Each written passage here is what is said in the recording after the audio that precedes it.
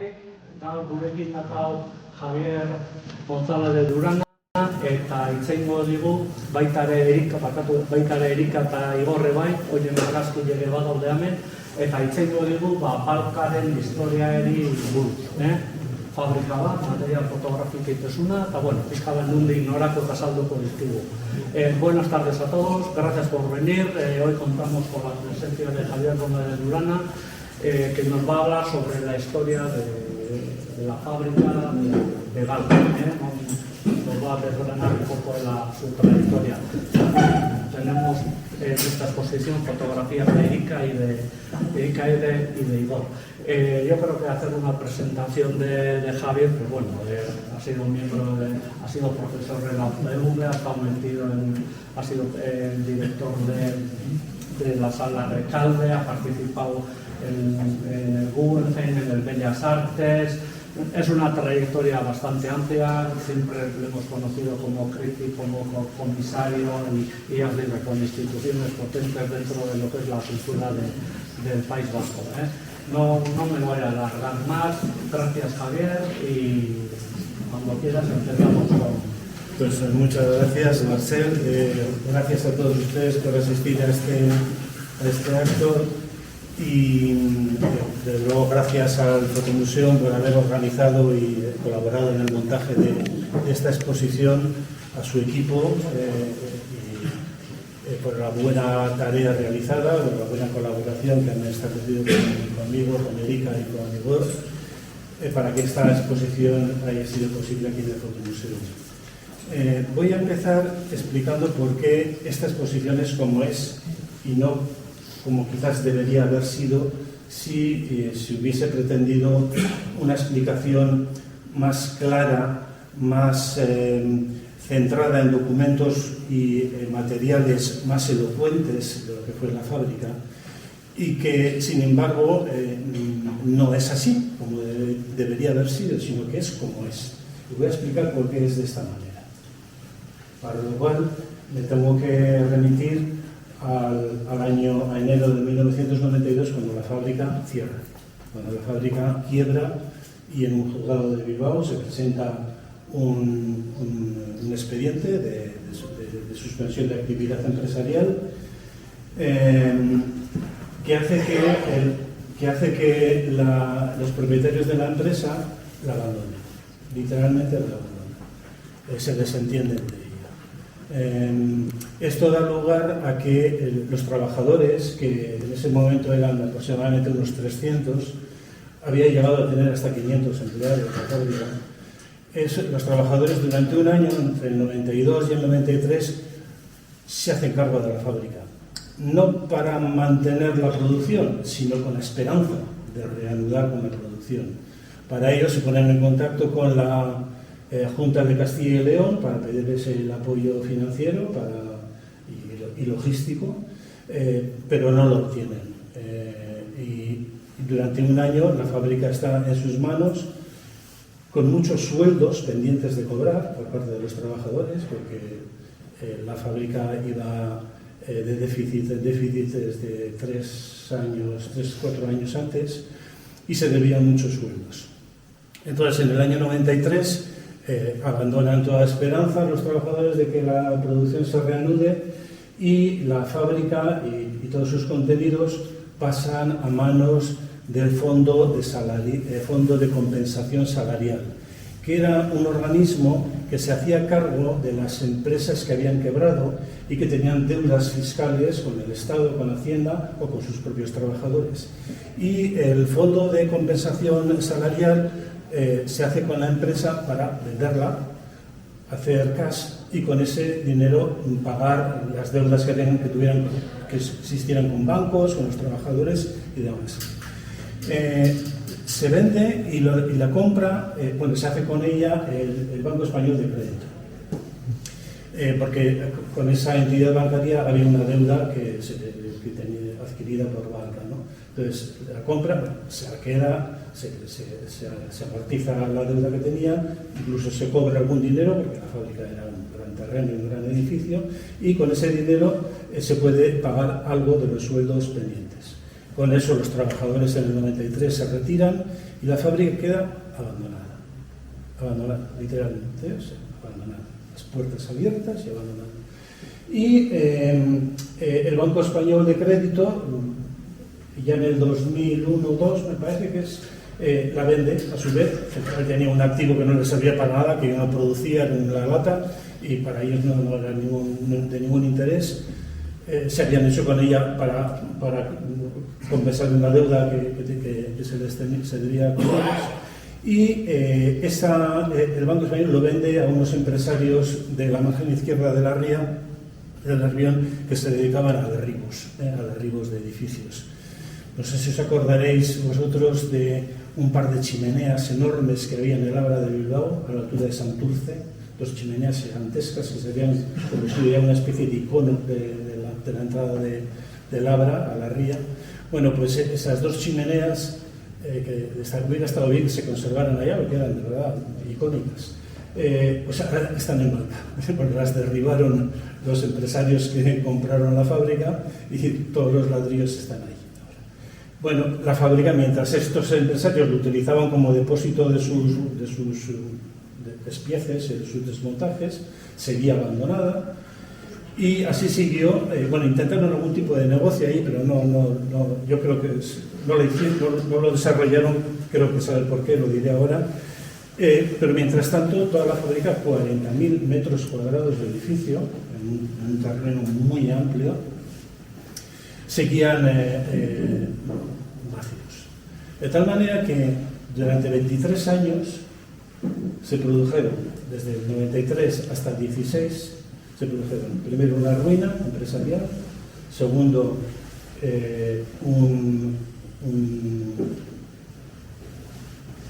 una autocompensación por parte de los trabajadores a los que se les debía el sueldo que al ver que no iban a recibir nada o pensando que no iban a recibir nada, fueron sacando cosas de la fábrica. Después hubo un expolio, porque claro, abandonado aquello, con todas las máquinas, ahí entraron chatarreros de todo tipo de gente que se iba llevando las cosas a mansalva. Y después hubo vandalismo. O sea, antes de que yo haya comisariado esta exposición, la comisariaron la ruina, la desidia institucional, porque también el municipio y la Junta de Castilla y León, incluso el gobierno vasco, porque la empresa estaba en Burgos, pero era una empresa bilbaína, ¿no? Podían haberse hecho cargo de todo lo que quedaba allá y haberlo juntado, reunido, protegido y tal. Luego desidia institucional, tanto por la parte del País Vasco como por parte de la Junta de Castilla y León. Después hubo expolio y después hubo vandalismo. Cuando yo entré en esta fábrica en el 2016 por primera vez, yo la conocía desde tiempo atrás, pero nunca había entrado, ¿no? Porque además es que no se ve muy bien, porque hay muchos árboles delante de ella, está como rodeada de bosques, ahora mucho más porque la vegetación lo está devorándolo todo, ¿no? Cuando yo entré ahí, que entré por otro motivo, pues me di cuenta que es una pequeña ciudad la fábrica, ¿eh? Hay como 14, 15 edificios, algunos muy grandes, otros muy pequeños, hay como calles, avenidas, callejones, es una mini ciudad.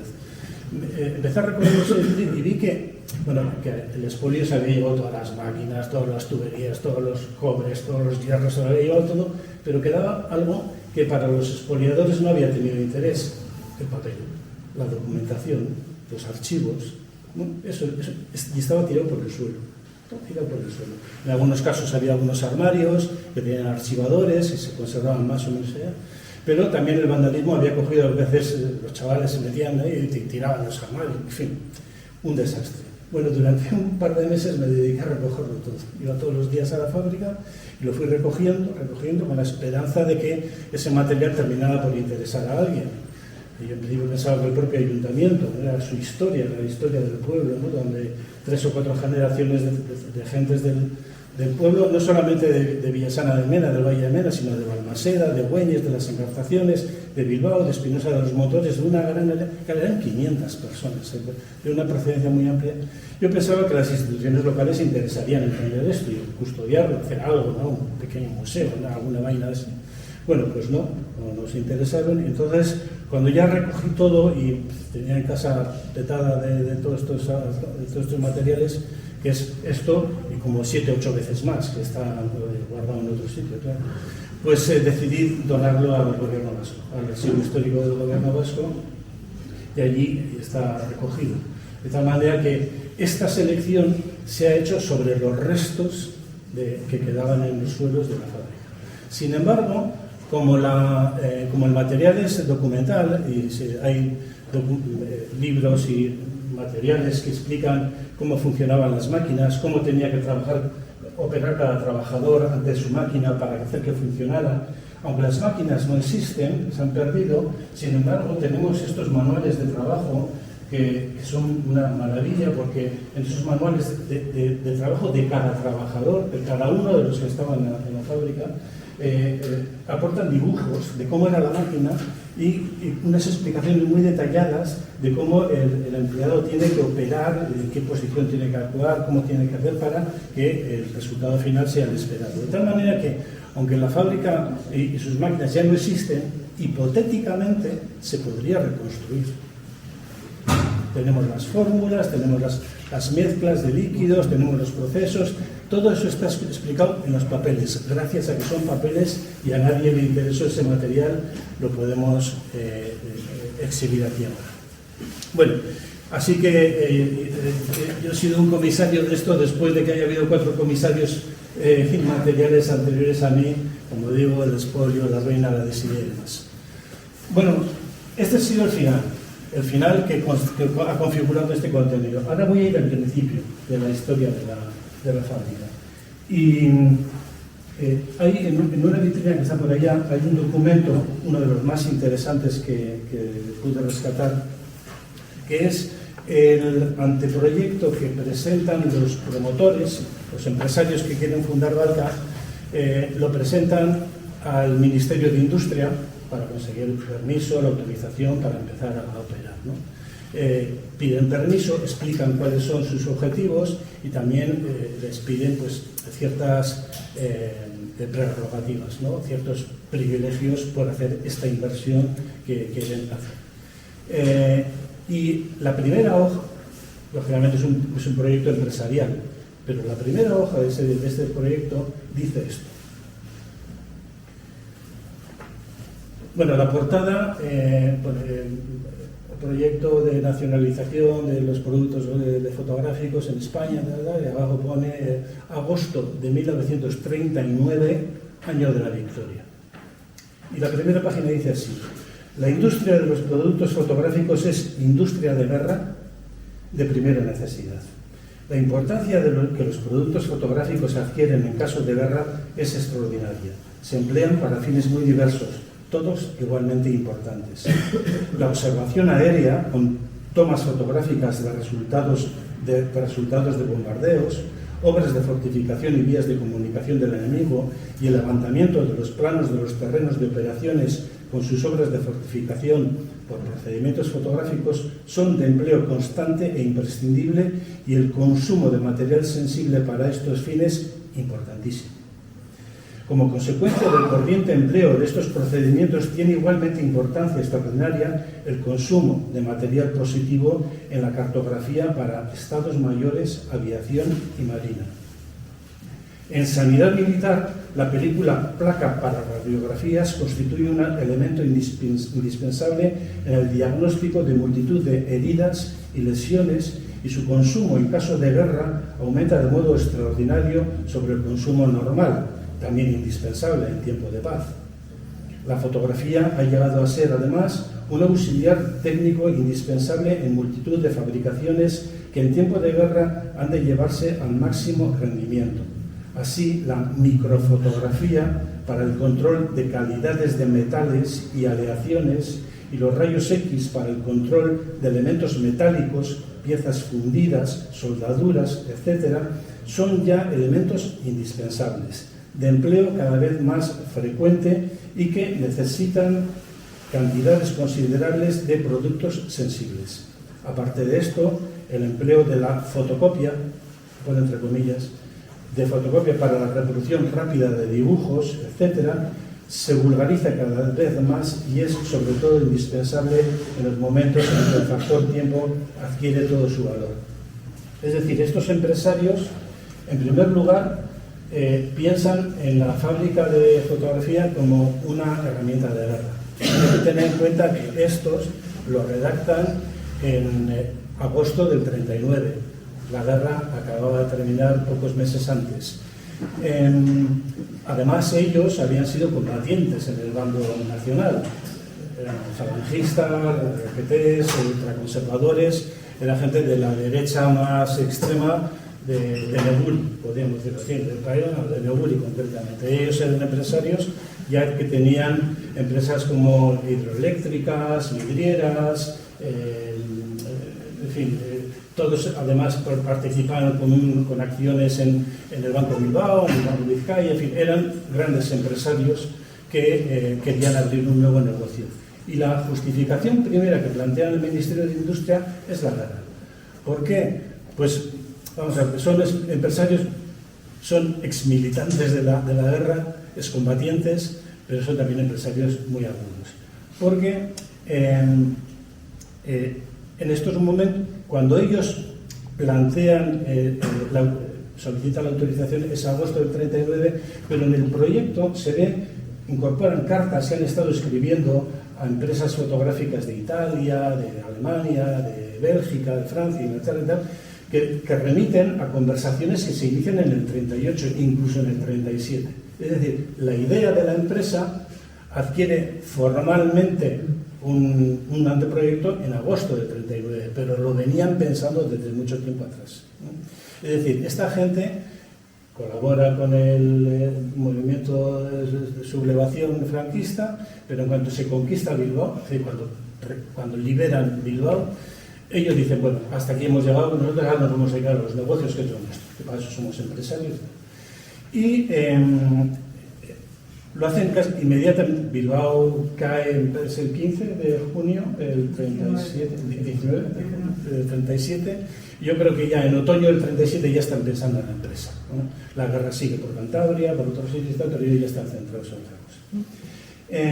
Pero claro, es que la guerra, cuando presentan al Ministerio de Industria su anteproyecto, en España ya ha acabado, pero cuando empiezan a pensar en su empresa, a finales del 37 y del 38, no sabían cuándo acabaría la guerra. No sabían si acabaría en marzo o en abril del 39 o seguiría el 40, 41, 42. Es decir, cuando redactan esto, siguen pensando como militares, pero al mismo tiempo también como empresarios. Porque cuando presentan esto en agosto del 39, la guerra ya ha terminado, pero es que Alemania en septiembre del 38 ha invadido la región checoslovaca de los Sudetes, y en marzo del 39 ya ha invadido toda Checoslovaquia. Y es más, Alemania invade Polonia el 1 de septiembre del 39, es decir, pocos días después de que presenten este documento en el Ministerio de Industria. De tal manera que piensan en la industria fotográfica como una industria de guerra, bien para la suya, la que se libró aquí, o bien para la que va a haber en otro sitio. Claro, inmediatamente después de esto, que a un ministro de Industria que seguro que era también otro combatiente de la guerra, que presenten esto, lógicamente el ministro dice, para que estos son los nuestros, estos son la gente, fin de orden, tal. Pero una vez conseguido ese permiso, el negocio ya es no solamente este, sino otro. Y a partir de la siguiente página ya empiezan a hablar de rollos fotográficos, el consumo doméstico, los aficionados a la fotografía. Empiezan a hablar de que en España no había solamente nada más que dos empresas que se dedicaban a la producción fotográfica, que eran Infonal y Nector, pero que estaban participadas las dos por empresas extranjeras. Infonal estaba participada por Gevaert, por la belga Gevaert, y Nector estaba participada por Agfa. Claro, y esta gente lo que pensaba era, tenemos que tener una industria fotográfica netamente nacional. No podemos estar dependiendo de las fórmulas, de los consumos, de los procedimientos de empresas extranjeras, porque eso es una empresa para la defensa nacional, tenemos que tener nosotros el control absoluto de lo que producimos, no que lo sepan otros empresarios en otros países que pueden, digamos, no solamente abastecer de producto fotográfico con sus materiales, impidiendo el desarrollo de lo nuestro, sino que además, incluso en un caso hipotético de espionaje industrial, pues podrían utilizar nuestros conocimientos para sus necesidades. Bueno, entonces esto es el comienzo. Después, claro, lógicamente hablan de las necesidades, de los requerimientos que le pedían al Ministerio de Industria.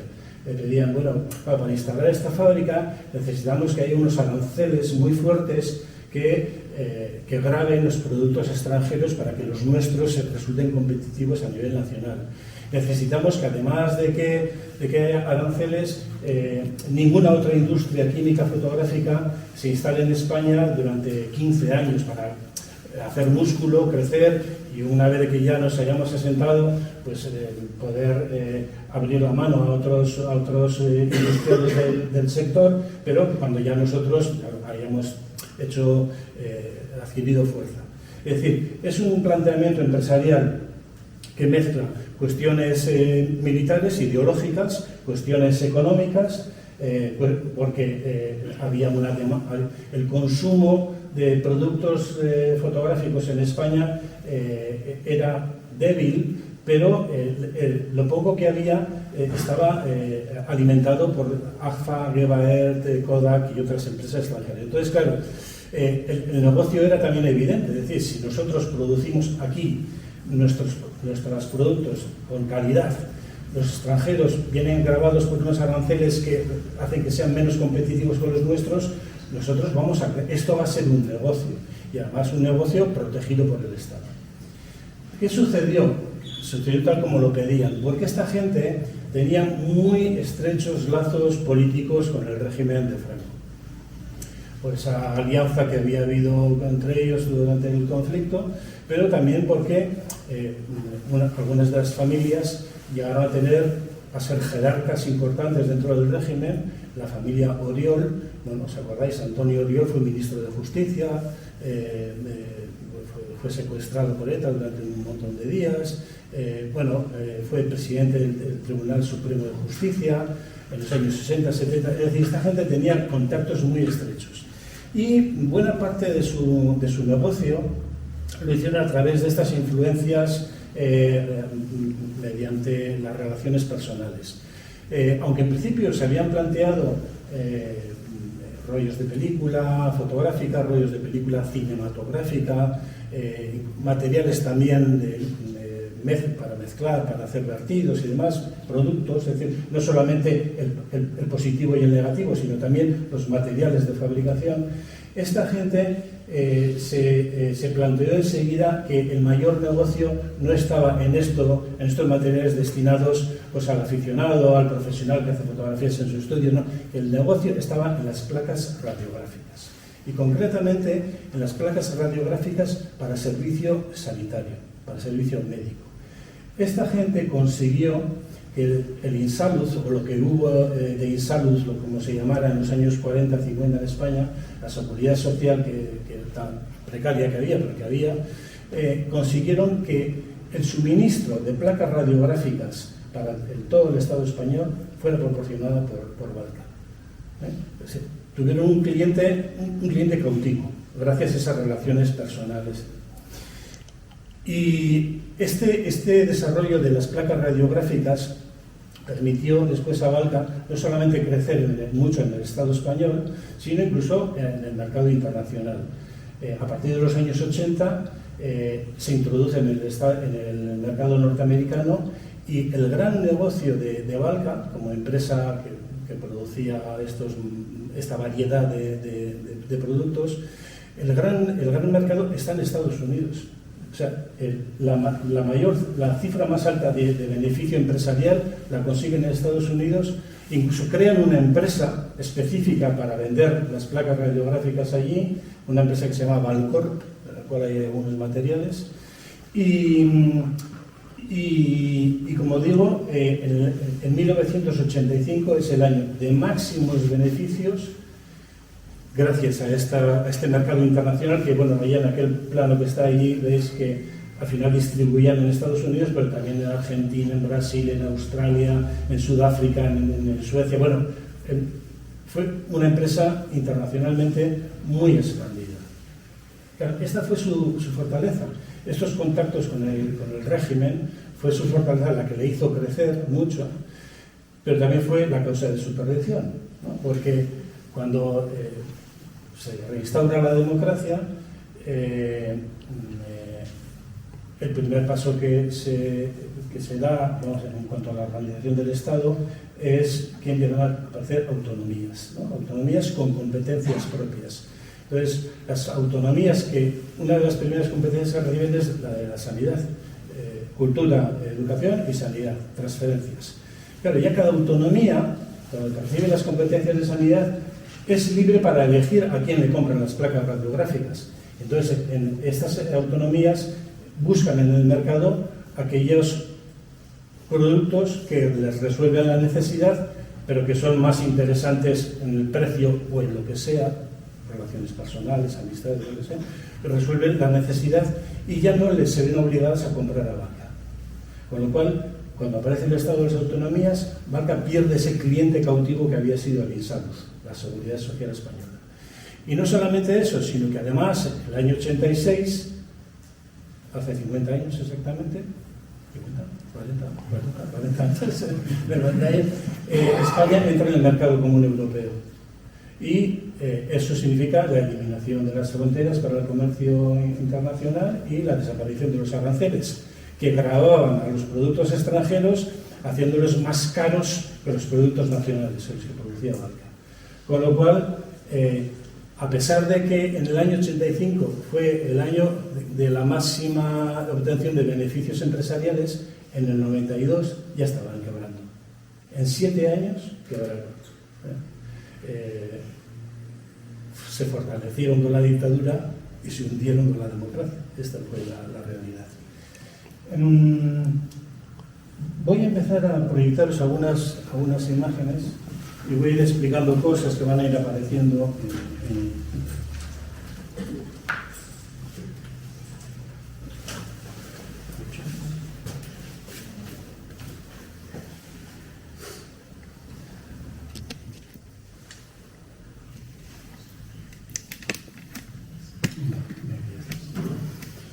Bueno, vamos a ver. Primero voy a explicar la ubicación de la fábrica de Balca, porque puede resultar extraño que esté situado en la provincia de Burgos, siendo una empresa netamente bilbaína, vasca 100%, pues sin embargo está en el Valle de Mena, que es un valle que es el valle más norteño de la provincia de Burgos, aunque es vertiente cantábrica. El Valle de Mena está atravesado por el río Cadagua, que es un afluente del Nervión. El Cadagua es frontera entre Bilbao y Baracaldo, desembocan en el Nervión cerca de la desembocadura, ¿no? Pero es una tierra fronteriza, es una tierra extraña, es un valle enorme, gigantesco, con 50 y tantas aldeas o pedanías, y es extraña porque es fronteriza, administrativamente es Burgos, hidrográficamente es Cantabria, socialmente es País Vasco, y curiosamente, religiosamente pertenece al obispado de Santander. O sea, de tal manera que hay una confluencia ahí de poderes, ¿no?, que extraños, ¿no? Bueno, pues Villasana de Mena está acá, este es el valle, Bilbao está aquí, y la fábrica está en este punto. Vamos a ver, si veis aquí, esta es una cordillera muy larga que llega desde el Valle de Mena por aquí hasta Orduña. Esta cordillera es divisoria de las aguas, de aquí para allá van al Cantábrico, de aquí para abajo van al Mediterráneo. Y la fábrica se coloca exactamente ahí, en este punto del valle, en una pedanía que se llama Sopeñano, que era una aldea de 30 caseríos, no más, pero se instala ahí por una circunstancia geofísica. Lo que necesita una fábrica de productos químicos es agua pura, de un ambiente muy limpio. cero contaminación en el ambiente, de tal manera que cuando se descartaba la ubicación en la margen izquierda, en el sitio donde hubiera ya industrias por los alrededores, y necesita agua muy pura. Y justamente ahí, en este punto, nace ahí, en ese rincón, nace el Cadagua, el río. Y nace no como al pie de la montaña, al pie de la sierra, no como una acumulación de aguas que van descendiendo por las laderas, sino que brota casi al pie de la montaña, de unas rocas, brota un caudal muy grande de agua. De tal manera que no depende del régimen de lluvias el que el Cadagua tenga agua, ¿no? Porque la montaña es como un enorme depósito de agua. Y entonces, llueva o no llueva, el río está desbordándose, bueno, la laguna interior está desbordándose constantemente. Y además, no solamente tiene un caudal idéntico prácticamente a lo largo del año, tanto en verano como en invierno, caudal idéntico, sino que es un agua muy poco mineralizada, muy poco calcificada, con muy pocas impregnaciones de minerales. Y por otra parte, es un agua que sale a una casi isotérmica, o sea que en invierno y en verano hay una diferencia apenas de 1,5 grados. ¿Por qué? Porque sale del interior de la montaña, no depende de la climatología exterior, ¿no? Entonces, estas circunstancias de isotermia, poca mineralización, caudal abundante y constante, pureza alrededor del entorno, es lo que hizo que se eligiera este lugar. Se pensó inicialmente aquí, en Orduña, en este punto, que es la misma cordillera, pero aquí, donde está Endélica, que es una aldea que tiene una caída, donde nace el Nervión, justamente, que es una caída, una cola de caballo preciosa, pero claro, es así, depende del régimen de lluvias, y además cae desde aquí arriba, y aquí arriba ya hay animales, hay pastoreo y demás, con lo cual las aguas llegan contaminadas. Entonces, sin embargo, aquí no, porque no depende de las lluvias, sino de ese desbordamiento de la laguna interior. Y además, el terreno llano más próximo al nacimiento del río está muy cerca, de tal manera que era posible construir una gran fábrica en un terreno llano, que no exigía desmontes ni obras de acondicionamiento del terreno de ningún tipo, y que estaba un terreno llano a una distancia de apenas 3 kilómetros del nacimiento del agua. Bueno, claro, entre el nacimiento del agua y del río y la fábrica hay 3 kilómetros en donde sí, hay praderas, hay vacas y tal. Bueno, lo que se hizo fue construir una enorme tubería que iba desde el nacimiento, captaba el agua pura desde nada más nacer, sin cero contaminación, subterráneamente la conducían hasta la fábrica y la utilizaban en sus necesidades. Bueno, esta es la razón por la que está a 50 kilómetros de Bilbao, pero en territorio burgalés. Burgos capital queda mucho más lejos, Burgos queda a 100 y pico kilómetros, o sea, es una especie de anomalía geográfico-administrativa, ¿no? Bueno, la fábrica empieza siendo así de pequeñita, ahí veis el río Cadagua, hace esta especie de meandro acá. Bueno, aquí es el camino que conducía de Sopeñano a Lezana, a otra pedanía por ahí. Se construye un pabellón y nada más termina de construir este pabellón, donde ya se producen las primeras fabricaciones, se construye este segundo, junto con este otro que era el almacén. Aquí se construye una casita para, como claro, esto estaba en Casa Dios, o sea, en este valle no había ni hoteles ni nada. Cuando empiezan a producir materiales y traen a clientes, a invitados, a ingenieros de otras fábricas, les tienen que alojar en algún sitio y construyen una especie de chalecito tanto para los empresarios, los propietarios, cuando tienen que ir ahí a celebrar sus consejos de administración, como cuando tienen que alojar a clientes que vienen de Italia, de Francia, pues les alojan aquí. Bueno, si os fijáis, los dos pabellones están separados por una especie de calleja, ¿no? Claro, esto era indispensable para separar los materiales, o sea, para que no se produjeran mezclas entre unos productos y otros productos que pudieran dar lugar a resultados peligrosos o delicados, explosivos o contaminantes. Y todo lo que hacen Esto es lo primero, este es el año 44, este es el año 45. La fábrica va a seguir creciendo hacia acá. Crece pabellones, 3 pabellones, crece hasta 4 o 5 pabellones más y crece hacia allá atrás. Ahora lo vais a ver cuando veamos las fotografías aéreas. Pero bueno, este es el comienzo. Es un pabellón, otro pabellón, ya como germen de lo que va a ser deprisa. Esta es una imagen dibujada de un dibujante que hacía panorámicas de edificios industriales por todo el País Vasco, por todo el País Vasco, luego que por toda España. Un dibujante del cual el Museo de San Telmo el próximo mes de marzo va a hacer una exposición de vistas panorámicas de fábricas, unos dibujos enormes, gigantescos, hiperrealistas. Antes del hiperrealismo naciera, este ya lo practica. Bueno, aquí veis, en esta segunda imagen, veis aquí como la fábrica ya ha crecido. Estos son los 2 pabellones iniciales, ya se ha añadido un tercero. Aquí se ha creado un poblado para los trabajadores, para los obreros, que está en una fábrica muy paternalista. Tenían sus casas para sus trabajadores, su economato, muy paternalista y muy católica. Tenían una capilla, un milladero, hacían misas al aire libre. Bueno, era típico de la época, ¿no? Como veis aquí, este pabellón ya se está viendo rodeado por otros pabellones. Esta es la vista de la fábrica. Bueno, esta es ya una imagen en 1965. Ya veis cómo ha crecido mucho.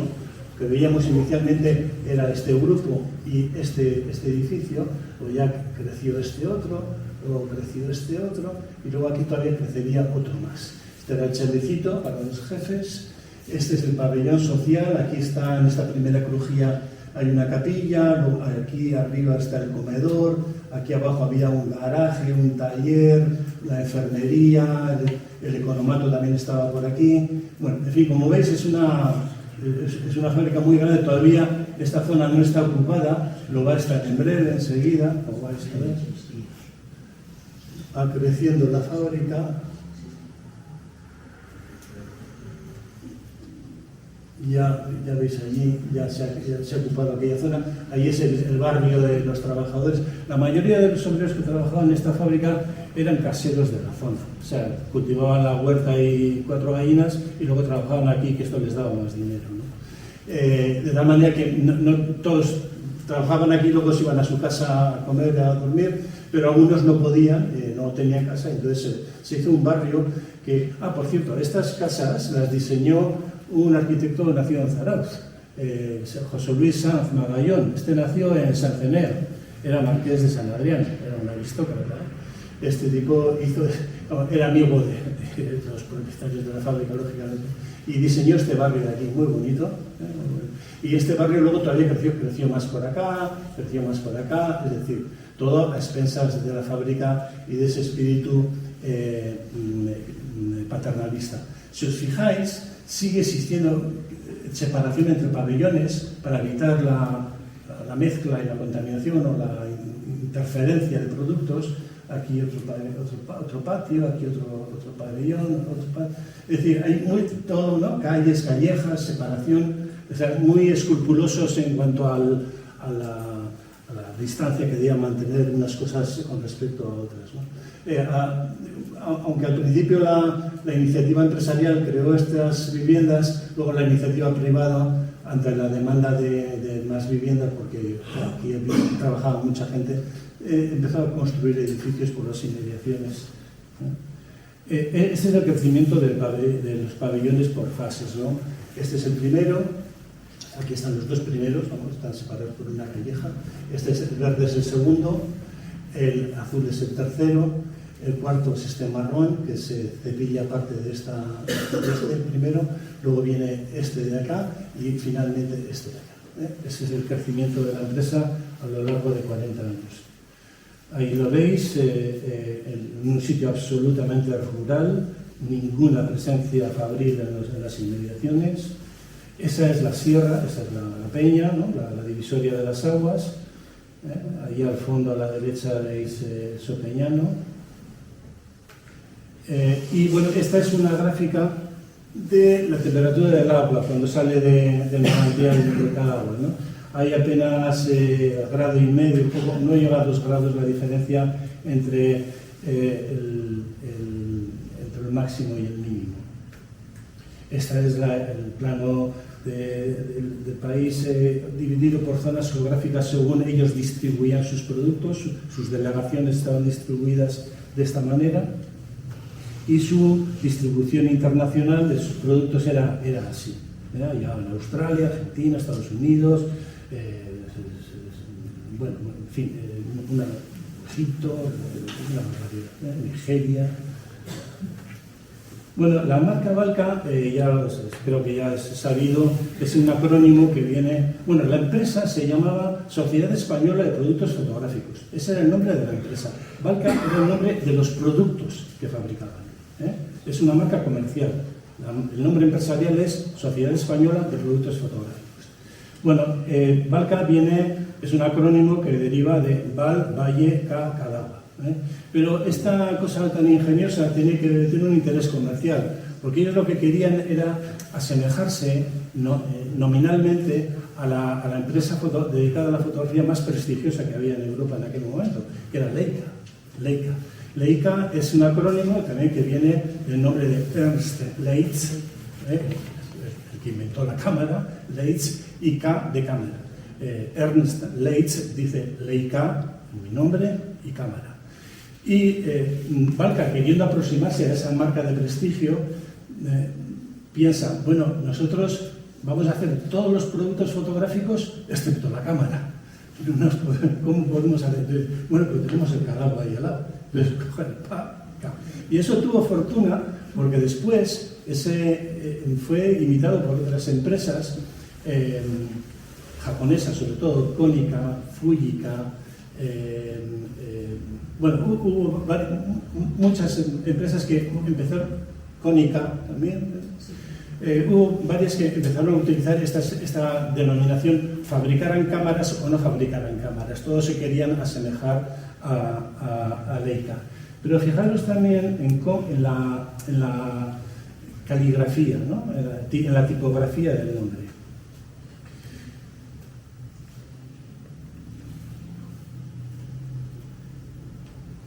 Cómo se asemeja, pero cómo sobre todo se asemeja a AFA. O sea, incluso en la forma del romboidal, ¿no? El rombo con los dos extremos cortados para Balka, pero AFA era también un rombo. Era un rombo, y fijaros en la caligrafía de la F. La F de AFA es como la L, solamente que alterada. O sea, ellos miran qué es lo que hay por alrededor y dicen, mira, AFA y Leica son los que tenemos que intentar aproximarnos visualmente, nominalmente, y no tienen ningún empacho en sin ser, sin plagiar, acercarse a esas empresas de prestigio. Bueno, voy a enseñar algunos cuantos productos que hicieron en los años 40 y 50, las primeras producciones, están por ahí los productos en alguna de estas vitrinas. La publicidad fue muy importante desde el principio, eran conscientes de que la publicidad era el factor que les haría crecer en el sector doméstico, de los profesionales, de los reporteros de periódico, y desde el primer momento en que sacan el primer producto, ya en la revista Sombras, que era la revista dedicada a la fotografía más importante que había en España en aquel momento, ya siempre ocupan la contraportada. Siempre la contraportada, en blanco y negro, en color. Desde el principio la publicidad fue importante. Incluso pues, a niveles populares, ¿no? Como patrocinar las fotografías de la Vuelta Ciclista a España, ¿no? Como en este caso, ¿no?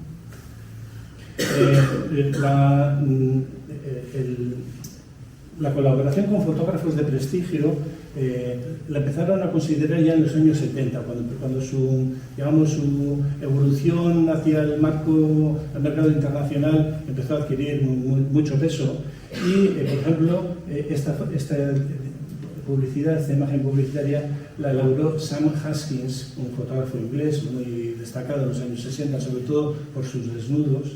Esta la hizo Sam Haskins, esta también la hizo Sam Haskins, pero luego a veces recurrían a fotógrafos nacionales como Ucalele, ¿no? Porque ya buscaban, digamos, la popularidad, ya no solamente el prestigio, sino incluso ser populares a nivel, pues, del consumo cotidiano.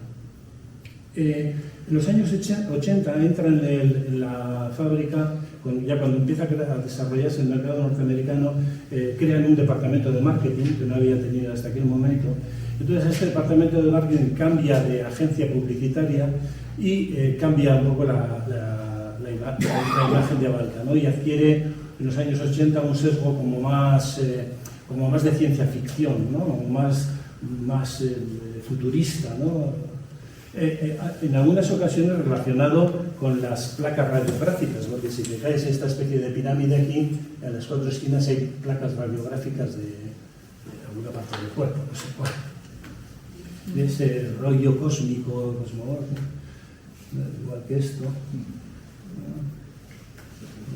Pero al mismo tiempo no descuidan la vertiente más populista, ¿no? de la empresa. Y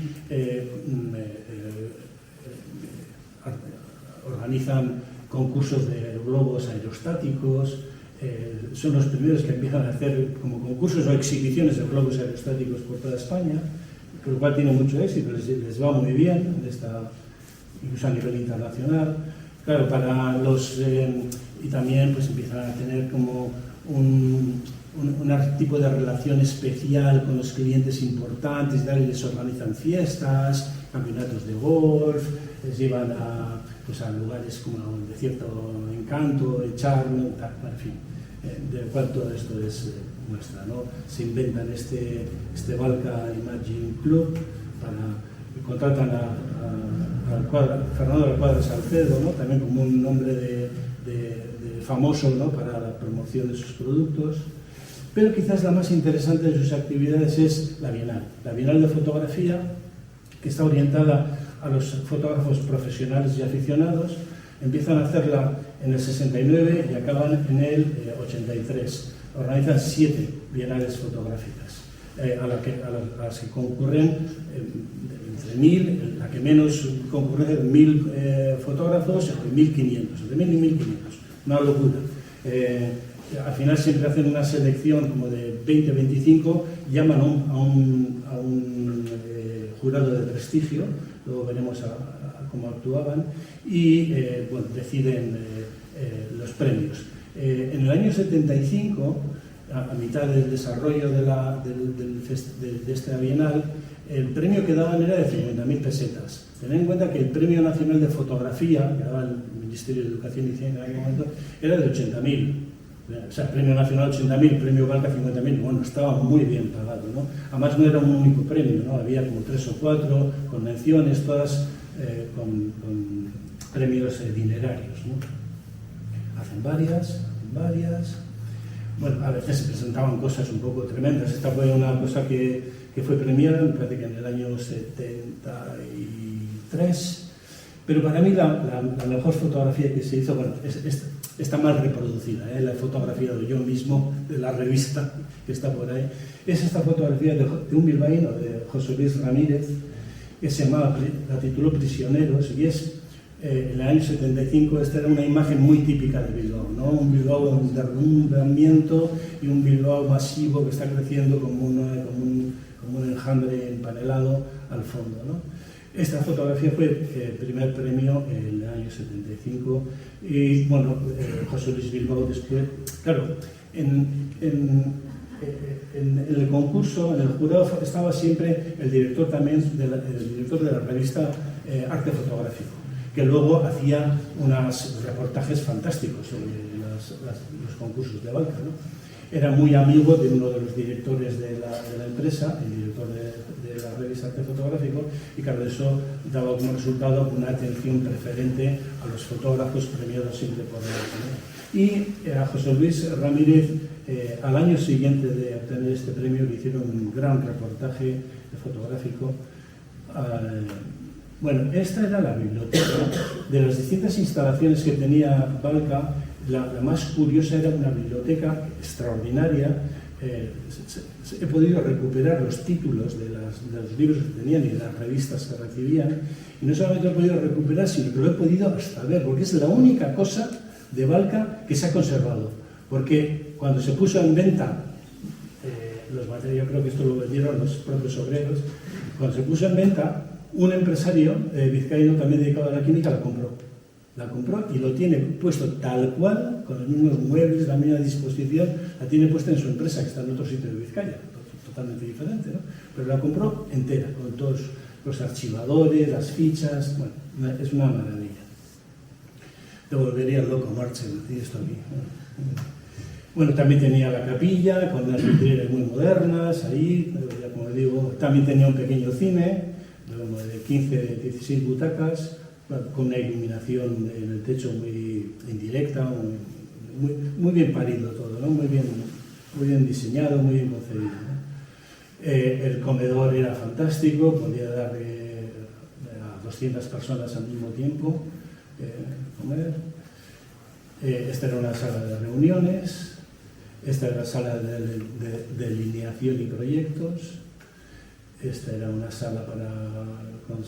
Bueno, la mayor parte de la fábrica, todo esto está a oscuras. O sea, como es una fábrica de material sensible a la luz, claro, la luz natural no tiene que entrar. Entonces, gran parte de la fábrica hay que recorrerla con una linterna y bien protegido y cuidándose de recibir sustos, ¿no? Porque uno va por esas oscuridades, esos laberintos y se puede pegar un susto, ¿no? Y gracias a que está en la oscuridad la mayor parte de la fábrica, es a donde los expoliadores y los vándalos no entraron. Y justamente gran parte de la documentación que se ha podido rescatar estaba en estos sitios donde pues, la gente, los que iban a robar pues, no se atrevían a entrar finalmente. Pues, parte de las instalaciones, todo esto ha desaparecido, vendido, achatarrado y vendido.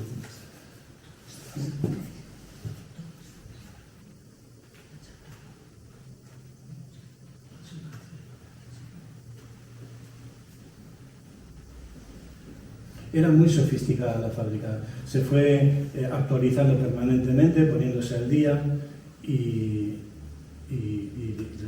la verdad es que era la más importante de España sin duda y una importante dentro del mercado europeo.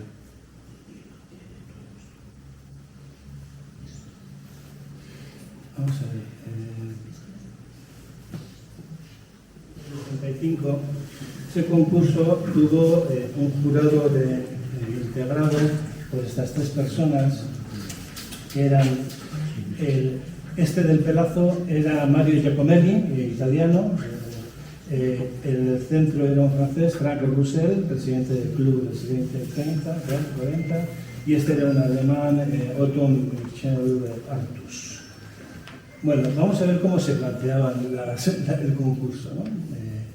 Las señoritas enseñan las copias, ellos las examinan, preguntan,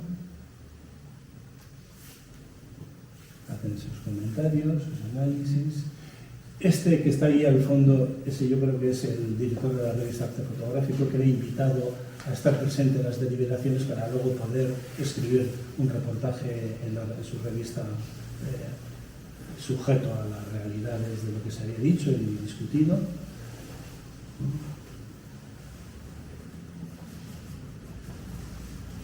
Bueno, y en las 7 convocatorias de la Bienal, ese que está al fondo es un directivo de la empresa.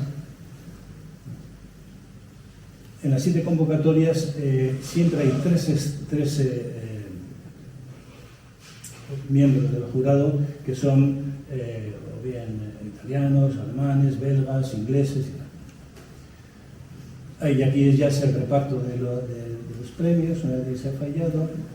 Me gustaría reconocer a José Luis Ramírez, que todavía vive, tiene 90 y tantos años, pero que han pasado tanto tiempo que no lo reconozco. Este desde luego no es. Y este no sé quién es. Bueno, y yo creo que con esto, si queréis, podemos dar un paseo ahora por la sala y lo que no ha salido ahora saldrá mientras vamos recorriendo la exposición, ¿vale?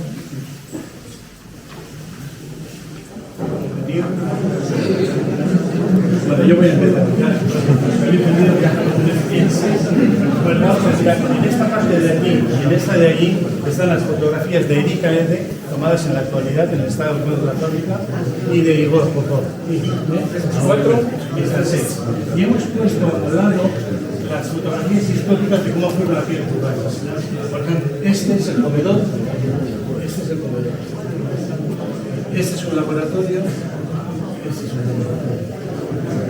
Esta es la fachada del edificio, cuando estaba bien. Un edificio muy largo, tiene 140 metros.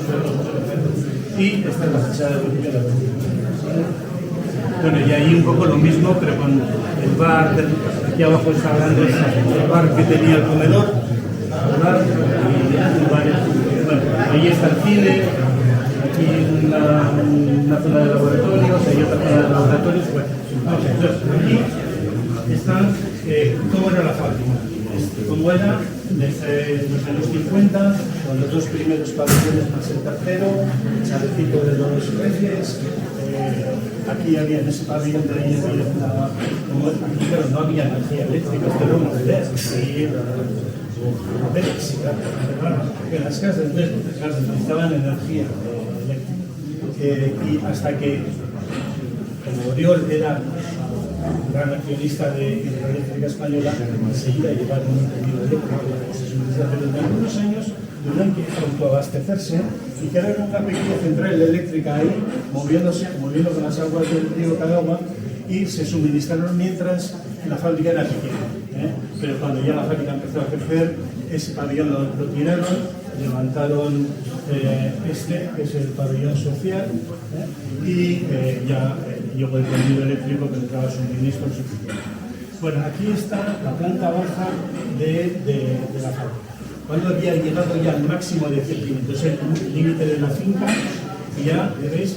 Empezó creciendo aquí. Este es el primer pabellón, el segundo, el tercero, el cuarto, el quinto, el sexto, el séptimo, bueno, y todos estos que están por aquí como edificios complementarios. El más interesante, fuera de lo químico productivo, es este pabellón que era el social. Ahí estaba el economato, estaba el comedor, estaba la enfermería, estaba el garaje, en fin, el taller. Y bueno, primera planta y la segunda planta. Como veis, si os fijáis, está compartimentando los espacios en múltiples habitaciones pequeñas, para separar las actividades, que no se interfieran unas con otras. Y en este momento había hasta 400 estancias.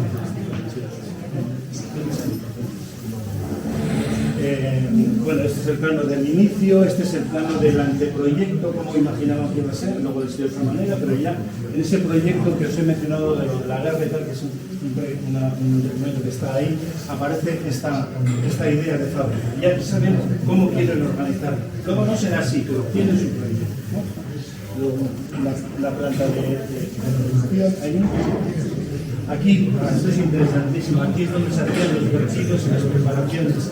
Bueno, en la época se nota el químico, ese es el señor químico, y la que hace la preparación es la señorita María. Un machismo y aparido. Aquí están las fórmulas de las preparaciones.